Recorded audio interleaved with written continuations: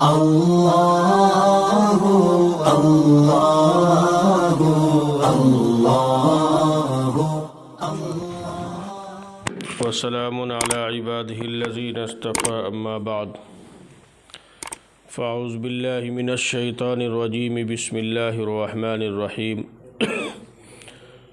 یا ایہا الذین آمنوا لا تلہکم اموالکم ولا اولادکم عن ذکر اللہ ومن يفعل ذلك فأولئك هم الخاسرون صدق اللہ العظیم۔ اس وقت جو ہماری یہ تقریب منعقد ہوئی ہے، پروگرام منعقد ہوا ہے، اس کا موضوع یہ ہے کہ ہم اپنے معاشرے اور اپنے سماج کے اندر تعلیمی بیداری پیدا کریں اور اپنے بچوں کو ہم تعلیم دلائیں۔ یہ اس وقت پورے شہر میں باقاعدہ طور پر جمعیت علماء کی طرف سے یہ مہم چلائی جا رہی، اور پھر اس تعلیم کے ساتھ ساتھ دینی تعلیم کہ اگر بچوں کو آگے کچھ پڑھانا ہے تو اس کے ساتھ ساتھ ان کو دین اور اسلام کو بھی پڑھانا ہے، تاکہ وہ پڑھ لکھ کر جب کسی شعبے میں جائیں تو وہاں وہ مسلمان باقی رہیں، اور جب مسلمان باقی رہیں گے تو وہ گویا اسلام کے اور مسلمانوں کے نمائندے ہوں گے۔ اور اس وقت جن صورتحال سے ہم اور آپ گزر رہے ہیں یہ کوئی نئی بات نہیں۔ آپ دیکھیں جناب رسول اللہ صلی اللہ علیہ وسلم کی زندگی، پچھلے جو نبی آئے میں ان کا تذکرہ نہیں کر رہا، ہم اپنے آخری پیغمبر سیدنا محمد الرسول اللہ صلی اللہ علیہ وسلم کی سیرت کا مطالعہ کریں تو ہمیں یہ محسوس ہوگا کہ اعلان نبوت کے بعد میں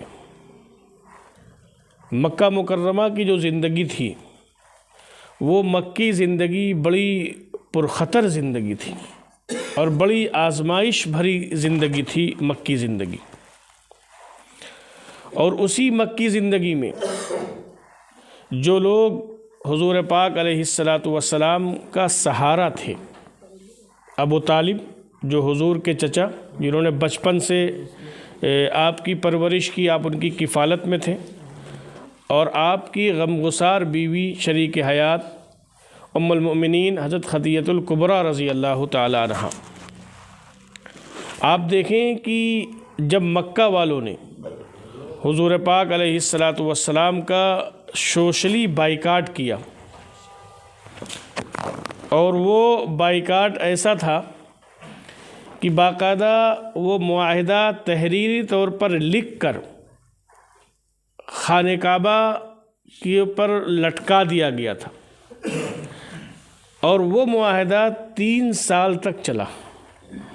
خانہ کعبہ میں معاہدہ لٹکا دیا جاتا تھا، اس کا مطلب اب معاہدہ ختم ہونے کی 2 ہی تدبیریں ہوتی تھیں، یا تو جو معاہدہ تحریری طور پر لکھا ہوا ہے وہ ختم ہو جائے اندر سے، اور یا اس کو کوئی اتار کر ہٹا دے تو گویا وہ معاہدہ ختم ہو جاتا تھا۔ وہ معاہدہ کیا تھا کہ اب ان کے ساتھ کوئی تاجر، چاہے وہ مکہ کا ہو اور چاہے باہر کا کوئی تاجر ہو، ان کے ساتھ کوئی چیز، ان کے ہاتھ کوئی چیز فروخت نہیں کرے گا، اور یہ کسی سے کوئی سامان نہیں خریدیں گے۔ اور یہ جو بائیکاٹ چلا ہے یہ 3 سال چلا ہے۔ حضور علیہ السلام کے جو خاندان کے لوگ تھے وہ آپ کے ساتھ تھے، اس کو ہم اور آپ نے بارہا سنا ہوگا، شعب ابی طالب۔ شعب کہتے ہیں گھاٹی کو، اور ابو طالب کو کہیں سے 2 پہاڑوں کے درمیان ایک جگہ ملی تھی، اس کو گھاٹی کہا جاتا ہے، اسی لیے اس کو شعب ابی طالب کہا جاتا ہے۔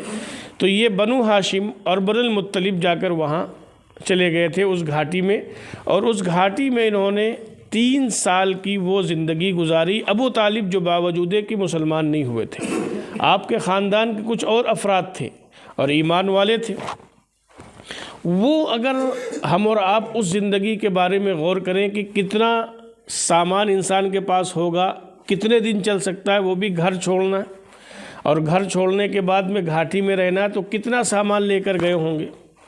اب جب وہ سامان ختم ہو گیا اور سامان کے ختم ہو جانے کے بعد میں اگر وہ کچھ سامان خریدنے آ رہے ہیں تو مکہ کے لوگ بیچ نہیں رہے. باہر کا کوئی تاجر آتا تھا تو ابو جہل وغیرہ یہ کہتے تھے کہ تم ان کے ہاتھ یہ سامان نہیں بیچو گے اور اگر مکہ میں کوئی خریدار نہیں ملے گا تو ہم تمہارا سامان خرید لیں گے، لیکن ان کو نہیں دینا. یہ باقاعدہ اعلان تھا. اب ان کے تأثرات کو اگر آپ دیکھیں اور اس صورتحال کو اگر آپ دیکھیں تو کیسی مشقت بھری زندگی ہوگی وہ 3 سالہ. اس میں بچے بھی تھے، اس میں خواتین بھی تھیں، اس میں بوڑھے لوگ بھی تھے، تو کیسی مشقت والی زندگی گزاری ہوگی. کیا تھا؟ محمد الرسول اللہ صلی اللہ علیہ وسلم نے صرف یہ فرمایا تھا کہ میں اللہ کا نبی ہوں. اور جن لوگوں نے حضور پاک علیہ السلام کو اللہ کا رسول مانا تھا ان کے ساتھ یہ صورتحال ہے. صحابہ کیا فرماتے تھے کہ ہم نے اس کیفیات میں جو زندگی گزاری، حضرت سعد بن وقاص سے دیگر صحابی کا واقعہ ہے، وہ فرماتے ایک مرتبہ میں گیا تو ایک تر چیز مجھے رات میں ملی. زمین ٹٹول رہا تھا، بھوک کی وجہ سے کچھ مل جائے تو ایک تر چیز ملی، اس کو دھویا اور میں نے کھا لیا. کہنے لگے مجھے، جب وہ روایت کر رہے ہیں تو کہہ رہے آج تک مجھے پتہ نہیں چلا وہ چیز کیا تھی، بھوک کی یہ شدت تھی.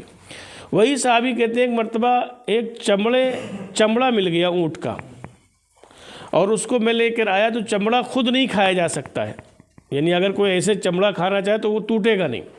تو کہتے ہیں کہ اس چمڑے کو ہم نے بھونا اور بھوننے کے بعد میں اس کا سفوف بنا لیا اور 5 دن تک ہم نے اس کو استعمال کیا. صحابہ اکرام کے بچے ان کی گودوں میں غذا کی نہ ملنے کی وجہ سے تڑپ رہے تھے. لیکن آپ پوری صحابہ اکرام کی تاریخ میں دیکھیں، آپ اعلان نبوت سے لے کے حضور پاک علیہ السلام کے وصال تک اور حضور کے وصال کے بعد سے جب تک صحابہ اکرام زندہ رہے، آپ کو کہیں نہیں ملے گا کہ کسی صحابی نے کسی پریشانی سے، کسی مشکل سے تنگ آ کر اور پریشان ہو کر جناب رسول اللہ صلی اللہ علیہ وسلم کا کلمہ چھوڑ دیا. نہیں ملے گا. کیوں؟ اللہ تعالیٰ نے قرآن کے اندر اپنے پیغمبر حضرت محمد الرسول اللہ صلی اللہ علیہ وسلم کے ذریعے سے بتلایا تھا کہ جنت تم کو یوں ہی نہیں ملنے والی. ام حسبتم ان تدخلوا الجنہ ولما یأتکم مثل الذین خلوا من قبلکم مستهم البأساء والضراء وزلزلوا حتى يقول الرسول والذین آمنوا معه متى نصر اللہ الا ان نصر اللہ قریب. پچھلی امتوں کا تذکرہ کہ جب وہ جھنجھوڑ دیے گئے، قرآن کے الفاظ آپ دیکھیں کہ جھنجھوڑ دیے گئے اور ایمان والے اور نبی یہ کہہ اٹھے کہ اللہ کی مدد کب آئے گی. کیسے حالات رہے ہوں گے کہ ایمان والوں کی یہ کیفیت ہو اور نبی وقت کا یہ کہہ رہا ہو کہ اللہ کی مدد کب آئے گی. اللہ نے فرمایا کہ اللہ کی مدد بالکل قریب. ان حالات سے اہل ایمان کو گزارا گیا. اسی شعب ابی طالب کہ جب وہ بائیکاٹ ختم ہوا، اور بائیکاٹ کیسے ختم ہوا؟ مکہ کے 5 لوگ آپس میں ملے اور ملنے کے بعد میں جا کر حرم میں بیٹھے جہاں یہ مکہ کے چودھری بیٹھا کرتے تھے. تو ان سے کہا کہ بھئی یہ نہیں چل پائے گا، بہت ہو گیا اب بائیکاٹ. تو ابو جہل نے بہرحال سرداری کرا تھا، اس نے کہا نہیں ایسا نہیں ہوگا، معاہدہ لگا ہوا ہے. ابو طالب کو حضور صلی اللہ علیہ وسلم نے بتلایا کہ جو معاہدہ خانہ کعبہ میں لٹکا ہوا اس کو دیمک نے ختم کر دیا، اور وہاں پر اس معاہدے میں چند جگہ اللہ کا نام لکھا ہوا تھا، صرف وہ باقی ہے، باقی سب ختم ہو گیا ہے. تو ابو طالب نے کہا کہ آپ کو کیسے پتہ چلا؟ حضور سے سوال کیا تو حضور نے کہا کہ ہم کو ہمارے اللہ نے بتلایا ہے. ابو طالب یہ بات کہتے تھے کہ یہ جھوٹ نہیں بولتے، ہمارے یہ بھتیجے جھوٹ نہیں بولا کرتے. چنانچہ وہ خانہ کعبہ آئے اور جو مکہ کے اور سردار تھے ان سے گفتگو کی. ابو طالب نے کہ یہ بتلاؤ اگر وہ دیمک کی نظر ہو گیا ہو تو کیا معاہدہ ختم مانا جائے گا؟ تو انہوں نے کہا کہ ہاں ختم مانا جائے. کہیں گے تمہیں کیسے پتہ چلا؟ کہا ہم کو ہمارے اس بھتیجے نے یہ خبر دی ہے جو کبھی جھوٹ نہیں بولا کرتے. چنانچہ جب اس کو اتارا گیا تو وہ کسی کاغذ میں لکھا ہوا تھا اور چمڑے کا باکس میں اس کو رکھ دیا گیا تھا، پھر لٹکا دیا گیا تھا۔ جب اس کو کھولا گیا تو وہ پورا ریزہ ریزہ بوسیدہ ہو گیا، اور اس میں 3-4 جگہ جہاں لفظ اللہ لکھا ہوا تھا وہ باقی رہا، تو وہ معاہدہ گویا 3 سال کے بعد میں مکمل ہوا۔ اور اس کے یہ نبوت کے 10ویں سال ہوا، حضور صلی اللہ علیہ وسلم کی عمر مبارک پہنچی 50 سال، اور پھر اس کے بعد میں یکے بعد دیگرے ابو طالب اور حضرت خدیجۃ الکبریٰ رضی اللہ تعالی عنہا کا انتقال ہوا۔ تو جس سال یہ انتقال ہوئے یہ دونوں، تو حضور نے ان کو عام الحزن کہا۔ عام کہتے ہیں سال کو، حزن کہتے ہیں غم کو۔ تو حضور نے فرمایا یہ ہمارے لیے غم کا سال ہے۔ ابو طالب کا انتقال ہوا۔ ابو طالب کے انتقال کے بعد میں بعض لوگوں نے کہا کہ خدیجہ کا 5ویں دن، 7ویں دن، کسی نے کہا 35 دن، لیکن 1 مہینے کے اندر بدل دونوں انتقال ہو گئے۔ اب اس کے بعد میں آپ دیکھیں کہ حضور صلی اللہ علیہ وسلم نے پھر سوچا کہ اب ہم کو کہیں اور جانا چاہیے، اپنے اس مشن کو بڑھانا ہے تو کہیں اور جانا چاہیے۔ تو حضور صلی اللہ علیہ وسلم نے طائف کا سفر کیا، اور طائف کا واقعہ آپ کو پتہ ہے، مجھے اس واقعے کی طرف نہیں جانا۔ طائف جب آپ گئے، اور بنو ثقیف اور احوال ایک قبیلہ تھا، اور بنو مالک ایک قبیلہ تھا، یہ ان کی شاخیں تھی، ایک حوازن قبیلہ تھا۔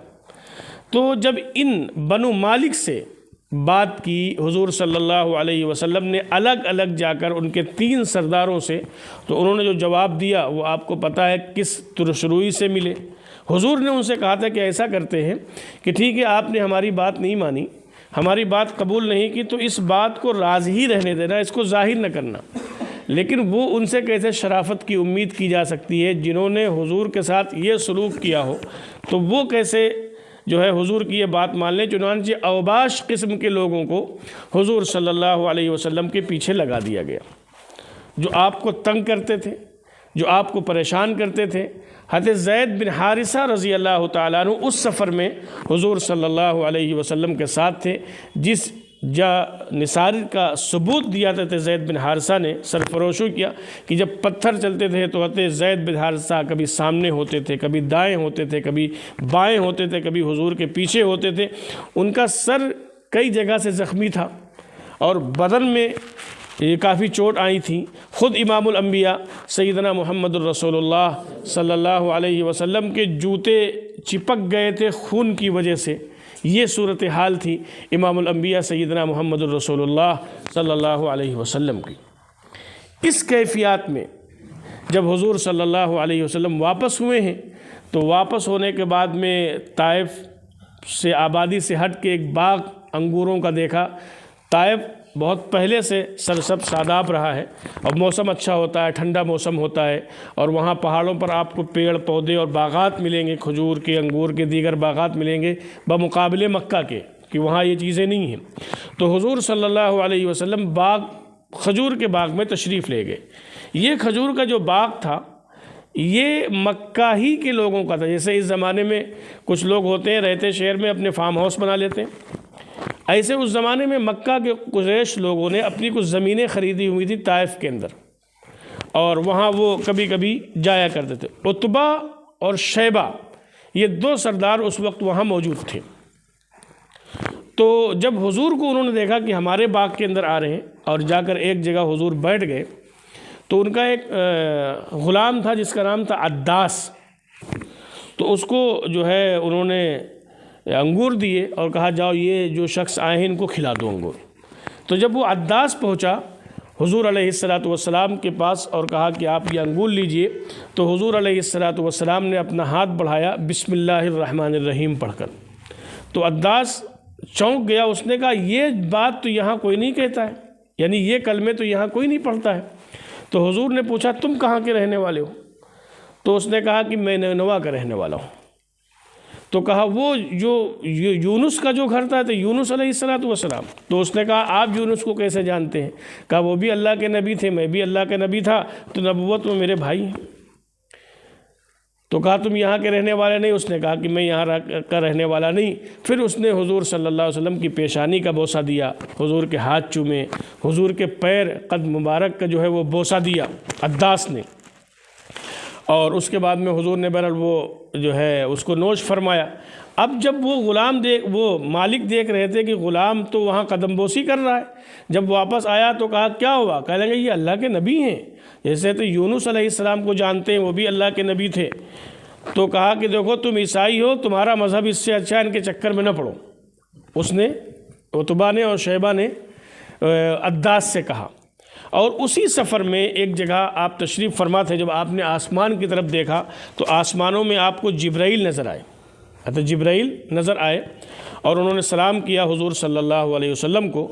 تو جبرائیل نے کہا کہ آقا یہ پہاڑوں کا فرشتہ ہے، جبال الملک، اور طائف کے لوگوں نے جو سلوک اور جو برتاؤ آپ کے ساتھ کیا ہے، اللہ تعالیٰ نے بھی وہ منظر دیکھا ہے اور اس فرشتوں کو بھیجا ہے، اگر آپ حکم دیں تو طائف کو چٹنی کی طرح طائف کے رہنے والوں کو پیس دیا جائے۔ لیکن جناب رسول اللہ صلی اللہ علیہ وسلم نے اس وقت فرمایا تھا، اور میں سمجھتا ہوں کہ یہ جواب نبی کے علاوہ کوئی نہیں دے سکتا، جس نبی کے ساتھ یہ سلوک کیا گیا ہو، جس نبی رحمت کے ساتھ یہ برتاؤ کیا گیا ہو کہ چپل میں پیر مبارک چپک گئے ہوں خون کی وجہ سے، اور یہ سفر تقریباً آپ کا طائف، مکہ سے طائف اور طائف سے مکہ، یہ 13 دن کا سفر تھا، کس کیفیات میں گزرے ہوں گے۔ لیکن جب وہ فرشتہ آیا جو پوری طاقت اور قوت کے ساتھ تھا اور اس نے یہ کہا کہ اللہ نے ہمیں بھیجا ہے، جبرائیل نے کہا اللہ نے بھیجا، اس فرشتے نے بھی سلام کیا۔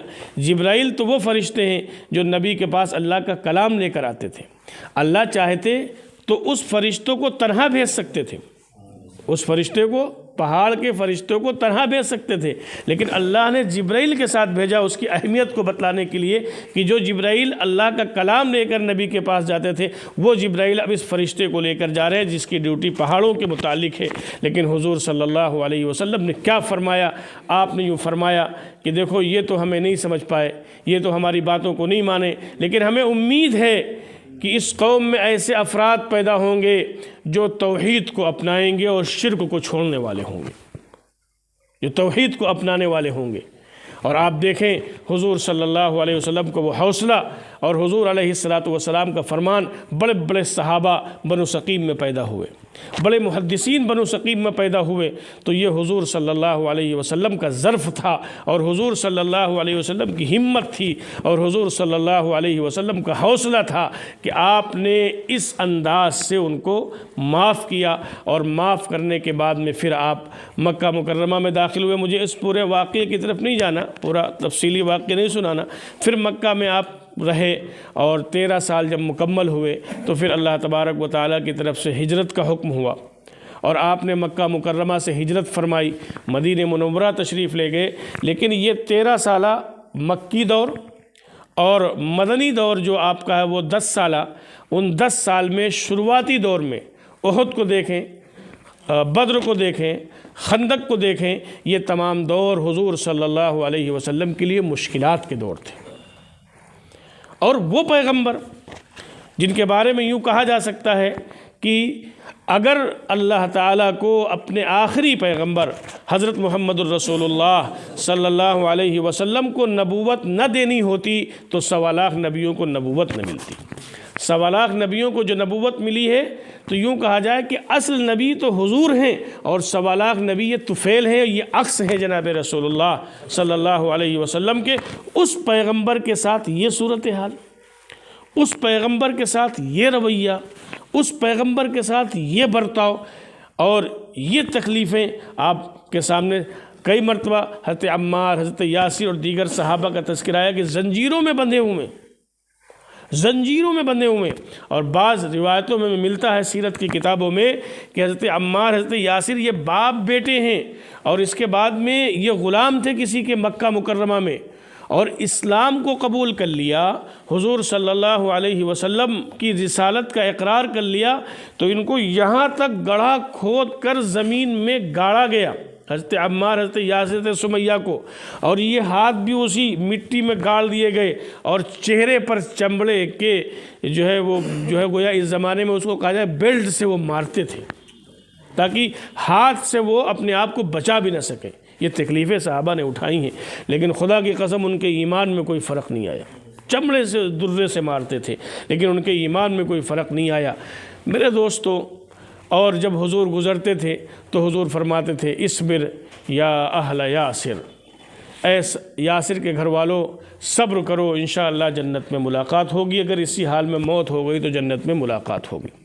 ان کیفیات سے صحابہ گزرے، اپنے بچوں کی کیا تربیت کی، اپنے بچوں کو بھی یہی سمجھایا، خود بھی دین پر ثابت قدمی کے ساتھ جمے رہے، خود بھی رسول اللہ صلی اللہ علیہ وسلم کا ساتھ دیتے رہے، اور اپنے بچوں کو بھی یہی سمجھایا کہ ہمارے لیے سب سے اہم جو چیز ہے وہ اللہ کی وحدانیت ہے، ایک اللہ کو ماننا ہے، اور جناب رسول اللہ صلی اللہ علیہ وسلم کی رسالت ہے، اس میں ہم کوئی کمپرومائز اور سمجھوتا نہیں کر سکتے ہیں، اور صحابہ اکرام نے اس پر عمل کر کے دکھلایا۔ ہم الحمدللہ، اور آپ مسلمان ہیں، اللہ تعالی ہم سب کے اسلام کو قبول فرمائے، اور اللہ جب موت دے تو ہمیں ایمان اور اسلام پر موت دے۔ آپ دیکھیں شب معراج میں جب حضور تشریف لے گئے اللہ کے پاس تو کچھ تحفے اللہ نے دیے۔ ایک بات فرمائی تھی اللہ نے اپنے پیغمبر سے کہ آپ کی امت کے بڑے بڑے گنہگار کو ہم معاف کر دیں گے، سب کو معاف کر دیں گے، چاہے جتنے بڑے گناہ ہوں ان کے سارے گناہ معاف کر دیں گے، لیکن ایک چیز ہم معاف نہیں کریں گے۔ اللہ نے اپنے پیغمبر سے معراج میں کہا کہ ایک چیز کو معاف نہیں کریں گے، اور وہ چیز کیا ہے؟ شرک ہے۔ اس شرک ہم معاف نہیں کریں گے، چاہے جتنے گناہ لے کر آئے، اور مجھ سے ایک مرتبہ میرا بندہ معافی مانگے تو ہم اس کے تمام گناہوں کو معاف کر دیں گے، لیکن شرک کو معاف نہیں کریں گے۔ تو الحمدللہ ہم نے آپ میں تو اپنی زندگی گزار لی، ہمارے نوجوان ہیں گزار رہے ہیں، لیکن ہماری جو یہ آنے والی نسل ہے، ہمارے جو بچے ہیں جو اسلام کا بھی مستقبل ہیں اور اس ملک کا بھی مستقبل ہے، ہمیں ان کی فکر کرنی ہے اس انداز سے کہ یہ بھی دین پر اور شریعت پر اور اسلام پر باقی رہے۔ یہ پروگرام کا مقصد ہے، جس رخ پر ہمارا ملک جا رہا ہے نا، اور مایوس ہونے کی ضرورت نہیں، اس لیے اللہ نے فرمایا لا تحزن ان اللہ معنا، گھبراؤ نہیں، اللہ ہمارے ساتھ ہے۔ اور مسلمانوں کی تاریخ تو مصیبتوں سے بھری پڑی ہوئی، ہماری تاریخ تو تکلیفوں سے، مصیبتوں سے، پریشانیوں سے بھری پڑی ہے، اس لیے یہ چھوٹے موٹے حالات تو آتے ہی رہتے ہیں، ہمیں ان سے گھبرانا نہیں، لیکن سمجھوتا نہیں کرنا ہے دین اسلام کا، سمجھوتا نہیں کرنا ہے، شرک کو اختیار نہیں کرنا ہے۔ تو ہم اپنی نسلوں میں دین اسلام کو کیسے باقی رکھیں، اس کے لیے بہت اہم ہے کہ بچپن سے بچوں کو دین کی بنیادی تعلیم دے دی جائے۔ اگر ہم یہ چاہتے ہیں کہ ہمارے بچے دین اسلام پر باقی رہیں، ہمارے بچے نظام مصطفیٰ پر باقی رہیں، ہمارے بچے توحید پر باقی رہیں، شرک سے دور ہوں، تو ان کو بچپن سے بتلانا پڑے گا حضور صلی اللہ علیہ وسلم کا وہ فرمان کہ دیکھو اگر تمہارے ٹکڑے ٹکڑے کر دیے جائیں تب بھی تم اللہ کے ساتھ کسی کو شریک نہ کرنا، تم آگ میں جلا دیے جاؤ تب بھی اللہ کے ساتھ کسی کو شریک نہ کرنا، سارا مال و دولت تمہارا لوٹ لیا جائے لیکن تم اللہ کے ساتھ کسی کو شریک نہ کرنا، چاہے جس حال میں تمہاری زندگی گزرے، لیکن اللہ کی ذات و صفات میں کسی کو شریک نہیں کرنا ہے۔ یہ کب کریں گے؟ جب بچپن سے ہم بچوں کو سمجھا لے جائیں گے۔ یہ جو میں نے تمہید گفتگو تھوڑی سی کی تھی، طائف کا واقعہ، مکہ کا ابتدائی دور، یہ ان سب کا خلاصہ یہی ہے کہ ہم اپنے بچوں کو ان واقعات کو سنائیں، اور سنانے کے بعد میں ان کو دین اسلام کی، شریعت کی مضبوط عقائد کی مضبوط تعلیم دیں، ان کے دلوں کے اندر جناب رسول اللہ صلی اللہ علیہ وسلم کی محبت کو ایسا بیٹھا دیں جیسا کہ حضرت عمار، حضرت یاسر کے دلوں میں جناب رسول اللہ صلی اللہ علیہ وسلم کی محبت بیٹھی تھی کہ کچھ بھی ہو جائے لیکن حضور کا دامن نہیں چھوڑیں گے، حضور کی رسالت کا انکار نہیں کریں گے۔ تو اس لیے ضرورت ہے اس بات کی، اور آج کی اس نشست کا مقصد بھی یہی ہے کہ ہم اپنے بچوں کو، حضرت مولانا علی میاں صاحب رحمۃ اللہ علیہ فرمایا کرتے تھے، وہ جملہ بہت اہم جملہ ہے، جنہوں نے پوری دنیا دیکھی ہے کہ اگر بچے بیمار ہو جائیں تو دوا سے زیادہ، عید آ جائے تو ان کے نئے کپڑے سے زیادہ، بچے بھوکے ہوں تو ان کے کھانے سے زیادہ ہمیں ان کی دینی تعلیم کی فکر کرنی ہوگی۔ اگر ہم نے دینی تعلیم کی فکر نہیں کی تو یہ سمجھ لیں کوئی گارنٹی نہیں ہے کہ ہمارے بچے اسلام پر باقی رہیں گے کہ نہیں باقی رہیں گے۔ ماحول بنایا جا رہا ہے، حالات بنائے جا رہے ہیں، بچوں کو بچیوں کو مرتد بنانے کی کوشش ہو رہی ہے، منظم پلان کے تحت، پورے منصوبہ بند سازش کے تحت کہ مسلم بچیوں کو مرتد بنا دیا جائے، بچوں کو مرتد بنا دیا جائے، ان کو شرک والے اعمال سے جوڑ دیا جائے تاکہ اللہ کی مدد ہٹ جائے۔ لیکن ہمیں اور آپ کو اب یہ طے کرنا ہے کہ ہم بھوکے رہ لیں گے، ہم پیاسے رہ لیں گے، ہم سب کچھ رہ لیں گے، لیکن ہم شرک والا کام نہیں کریں گے، اور جناب رسول اللہ صلی اللہ علیہ وسلم کی رسالت سے ذرہ برابر ہٹنے کو ہم تیار نہیں ہوں گے۔ یہی بات ہمیں اپنے بچوں کے ذہنوں میں بیٹھانا ہوگا۔ اب آپ دیکھو ذرا سے حالات آئے، ایک زمانے سے چل رہا تھا معاملہ، سینکڑوں ہزاروں مسلمان آپ کو مل جائیں گے ملک میں، وہ کہہ رہے ہیں ہم اس کے لیے وہ بھیج رہے ہیں، ہم اس کے لیے وہ بھیج رہے ہیں، ہم اس کے لیے وہ بھیج رہے ہیں۔ بچا ایمان؟ کہاں رہا ایمان ہمارے پاس؟ یہی چاہ رہی قوم، یہی چاہ رہے لوگ کہ ایمان ہٹ جائے تمہارے دلوں کے اندر سے، ایمان نکالنے، ایمان کھرچ کر نکالنا چاہتے ہیں، اور ہمیں یہ طے کرنا ہوگا کہ نہیں، ہم سب کچھ گوارا ہے لیکن ایمان کا سودا گوارا نہیں۔ دنیا کی زندگی کتنی ہے؟ بہت تھوڑی سی زندگی ہے، موت آ جائے گی، چلے جائیں گے۔ آخرت کی زندگی لامحدود زندگی ہے جو کبھی ختم نہیں ہوگی، اور وہاں اگر اللہ کی طرف سے یہ ہو گیا کہ یہ تو مشرک تھا، یہ تو مشرکانہ کام کو پسند کرنے والا تھا، اس کو دھتکارو، اس کو ہٹاؤ، تو بچاؤ کیا بچے گا ہمارے پاس؟ تو اس لیے ہمارے اس پروگرام کا جمعیت علماء شہر کی طرف سے حضرت مولانا عبداللہ صاحب کی نگرانی میں، ہمارے شہر کے مفتی ہیں مفتی عبدالرشید صاحب کی صدارت میں پورے شہر میں یہ پروگرام ہو رہے ہیں۔ ہم لوگ محلے جا کر، مسجد جا کر، علاقے جا کر اس بات کی اپیل کر رہے ہیں کہ دیکھو اپنے بچوں کی دینی تعلیم کی فکر کر لو۔ حضرت یعقوب علیہ السلام کو وہ طلب تھی نا کہ اپنے بیٹوں کو جمع کیا تھا کہ ہمارے مرنے کے بعد تم کس کی عبادت کرو گے، کہ یہ فکر ہمارے اندر بھی ہو۔ اگر یہ فکر نہیں کی تو کوئی گارنٹی نہیں کہ ہمارے یہ بچے آنے والے وقت میں اسلام پر باقی رہیں، دین پر باقی رہیں، شریعت پر باقی رہیں۔ اور قرآن میں اللہ نے فرمایا یا ایھا الذین آمنوا قوا انفسکم واہلیکم نارا، اے ایمان والو اپنے آپ کو اور اپنے اہل و عیال کو جہنم کی آگ سے بچاؤ، جس کا ایندھن انسان اور پتھر ہوں گے۔ تو اپنے آپ کو بھی جہنم سے بچانا ہے اور اپنی نسل کو جہنم سے بچانا ہے۔ آپ سب طے کریں کہ آپ کے اس علاقے میں، منڈی کے اس علاقے میں جتنے مسلم گھر ہیں، کوئی بچہ ایسا نہیں رہے گا جو دینی تعلیم سے محروم ہو۔ یہ پورے شہر کی ایک مہم ہے، آپ کے علاقے کی مہم ہے کہ یہ طے کریں۔ اچھا، بچپن کی جو چیزیں یاد ہو جاتی ہیں وہ ہمیشہ یاد رہتی ہیں۔ التحیات جو بچپن کا یاد ہے وہ یاد رہتا ہے، دعائے قنوت بچپن میں یاد ہو گئی تو یاد رہتی ہیں، اور بڑی عمر میں یاد کی جاتی ہیں، یاد ہو جاتی ہیں، لیکن پھر وہ ذہن سے نکل جاتی ہیں۔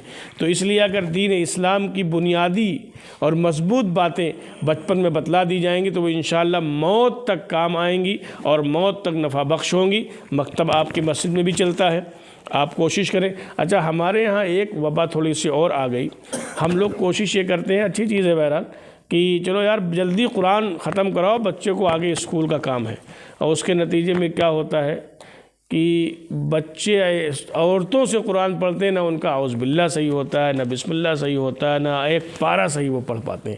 تو اس لیے آپ اپنے بچوں کو قرآن پڑھاتے وقت اور دینیات پڑھاتے وقت ایسے شخص کا انتخاب کریں جس کا خود قرآن صحیح ہو، جس کا خود قرآن صحیح ہوگا، جس کو اردو آتی ہے، اور اپنے بچوں کو اس دینیات کے ساتھ ساتھ اردو ضرور پڑھائیں، کیونکہ ہمارا دین جو ہے وہ کتابوں کی شکل میں زیادہ تر اردو میں موجود ہے، اور پھر اردو ہماری تہذیب ہے، اردو ہمارا تمدن ہے۔ تو ہم اپنی تہذیب سے بھی سمجھوتا نہ کریں۔ آپ چلے جائیں علاقوں میں، میں اپنے اکثر مسجد میں کہتا ہوں کہ بابو پروا کا سروے کر لیا جائے، اگر 1000 دکان ہوں گی تو 10 دکانوں پہ اردو میں لکھا ہوگا، اور معلوم ہوا کہ 990 دکانوں سے تو ہم نے خود ہی اردو ہٹا دیا۔ اگر گورنمنٹ کہے کہ اردو کا درجہ ختم تو ہم روڈ پہ آ جائیں گے، ارے گورنمنٹ یہ ظلم کر رہی ہے، گورنمنٹ یہ ظلم کر رہی ہے، گورنمنٹ یہ ظلم کر رہی ہے، اور ہم کیا کر رہے ہیں اس کے ساتھ؟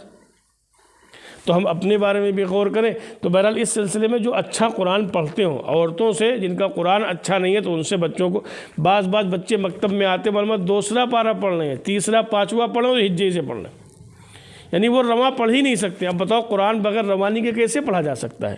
تو اس لیے بچوں کو دین سے جوڑنا ہے، دینی تعلیم سے جوڑنا ہے، مکتب بھیجنا ہے، یا اگر حافظی کا انتخاب کرنا ہے تو ایسے حافظ کا انتخاب کرنا ہے جو جس کا خود قرآن اچھا ہو، اور بچوں کا جائزہ بھی لینا ہے، بچوں کا جائزہ بھی لینا ہے کیسا پڑھایا جا رہا ہے۔ تو اس لیے بہرحال آپ کے یہاں تو مکتب ماشاءاللہ مولانا چلتا ہے نا، اس کو اگر تھوڑا اور منظم کر لیا جائے، ہمارا جمعیت علماء دینی تعلیمی بورڈ کی طرف سے ایک نصاب ہے باقاعدہ، اور بچوں کو پورا نصاب دیا جاتا ہے۔ اگر وہ 1 سال وہ کتاب ہے قرآن پڑھایا جائے، اس کے ساتھ ساتھ وہ کتاب پڑھا دی جائے، تو بنیادی باتیں بہت سی معلومات ہو جاتی، بہت سی باتیں بنیادی معلومات ہو جاتی، زبردست معلومات ہو جاتی۔ اگر 5 سال کا وہ کورس یا 3 سال کا وہ کورس بچہ کر لے تو انشاءاللہ اس کو زبردست معلومات ہو جائے گی۔ تو یہ سارے لوگ جتنے لوگ یہاں بیٹھے ہیں یہ طے کریں کہ انشاءاللہ ہم اپنے بچوں کو قرآن کی دین کی تعلیم دلائیں گے، اور اپنے گھر میں ہم اس کا تذکرہ کریں۔ اب ضرورت ہے کہ ہم اس کا تذکرہ کریں، نبی کون تھے، حضور کا نام کیا تھا، حضور کی بیٹیاں کتنی تھیں، ان بیٹیوں کے نام کیا تھے، حضور کے بیٹے کتنے تھے، ان بیٹوں کے نام کیا تھے، تذکرہ ہونا چاہیے۔ حضور سے تعلق اپنی نسل کا ہم جوڑیں اور اس کی فکر کریں۔ اللہ تعالی ہمیں بھی اور آپ کو بھی عمل کی توفیق عطا فرمائے۔ اب کل ہمیں اپنا جائزہ لینا ہوگا کہ دیکھیں ہم مسجدوں کو بھر رہے ہیں کہ نہیں بھر رہے۔ قوم کی بے حسی کا اندازہ یہیں سے ہو جائے گا کہ حس ہمارے اندر باقی ہے کہ نہیں باقی، حس ہمارے اندر باقی ہے کہ نہیں باقی۔ ہم تو یہ سمجھتے ہیں کہ اگر فجر میں ہماری مسجدوں کی وہ کیفیت ہو گئی جو جمعے میں ہوتی ہے، تب تو یہ سمجھ لیں کہ ہمارا رشتہ مسجد سے جڑا ہوا ہے، اور اگر وہ کیفیت نہیں ہوئی تو یہ سمجھ لیں من حیث القوم ہمارا رشتہ مسجد سے نہیں جڑا ہوا ہے اور ہماری قوم نمازی نہیں ہے۔ یہ ماننا پڑے گا۔ اس لیے طے کریں اللہ تعالی ہم سب کو دین پر، شریعت پر چلنے کی توفیق عطا فرمائے۔ جب تک زندہ رکھے اللہ تعالی دین و اسلام پر زندہ رکھے، اور جب اللہ موت دے تو اللہ ہمیں دین و اسلام پر موت دے۔ وآخر دعوانا الحمدللہ۔ مولانا ظفر صاحب آ گئے تو